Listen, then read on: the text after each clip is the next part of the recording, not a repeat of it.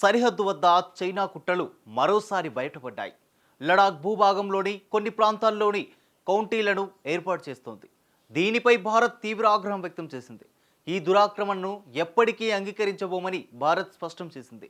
చైనాలోని హోటాన్ ప్రావిన్స్లో 2 కొత్త కౌంటీల ఏర్పాట్లకు సంబంధించి చైనా చేసిన ప్రకటన గురించి భారత ప్రభుత్వానికి తెలుసని, ఈ కౌంటీల అధికార పరిధిలోని కొన్ని ప్రాంతాలు భారతదేశంలో లడాక్ పరిధిలోని వస్తాయని భారత ప్రభుత్వం తెలిపింది. చైనా 2 కొత్త కౌంటీలను ఏర్పాటు చేస్తున్న విషయం తమ దృష్టికి వచ్చిందని, ఆ కౌంటీల్లోని కొన్ని భాగాలు లడాక్ పరిధిలోని వస్తాయని భారత్ తెలిపింది.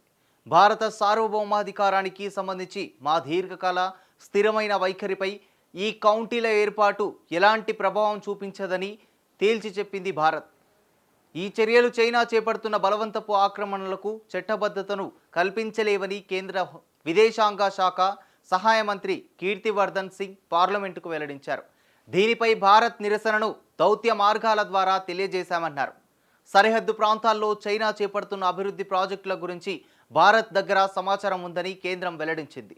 కొద్ది రోజుల కిందటే భారత ప్రధాని నరేంద్ర మోదీ చైనా గురించి పాజిటివ్గా మాట్లాడారు. కానీ ఇంతలోనే చైనా కుయుక్తుల గురించి భారత ప్రభుత్వం ఆగ్రహం వ్యక్తం చేయాల్సి వచ్చింది. లెక్స్ ఫ్రిడ్మన్కు ఇచ్చిన ఇంటర్వ్యూలో ప్రధాని మోదీ చేసిన వ్యాఖ్యలను చైనా స్వాగతించింది. భారత్ చైనాల మధ్య ఆరోగ్యకరమైన పోటీ ఉండాలని కోరుకుంటున్నానని ప్రధాని మోదీ చెప్పారు. భారత ప్రధాని ఇలాంటి సానుకూల వ్యాఖ్యలను చేయడాన్ని అభినందిస్తున్నట్లు చైనా విదేశాంగ శాఖ అధికారి ప్రతినిధి మావో నింగ్ తెలిపారు. పరస్పర సహకారమే భారత్ చైనాల విజయానికి దోహదపడుతుందని అన్నారు. గతేడాది అక్టోబర్లో రష్యాలోని కజాన్లో మోదీ, షీ జిన్పింగ్ల భేటీ జరిగింది. నాటి నుంచి ఇరు దేశాల ద్వైపాక్షిక సంబంధాలు మెరుగుపడ్డాయని చైనా తెలిపింది. అభివృద్ధి చెందుతున్న 2 అతిపెద్ద దేశాలుగా చైనా, భారత్లు పరస్పరం సహకారంతో అభివృద్ధి పదంలో దూసుకెళ్తున్నాయని మావో నింగ్ తెలిపారు.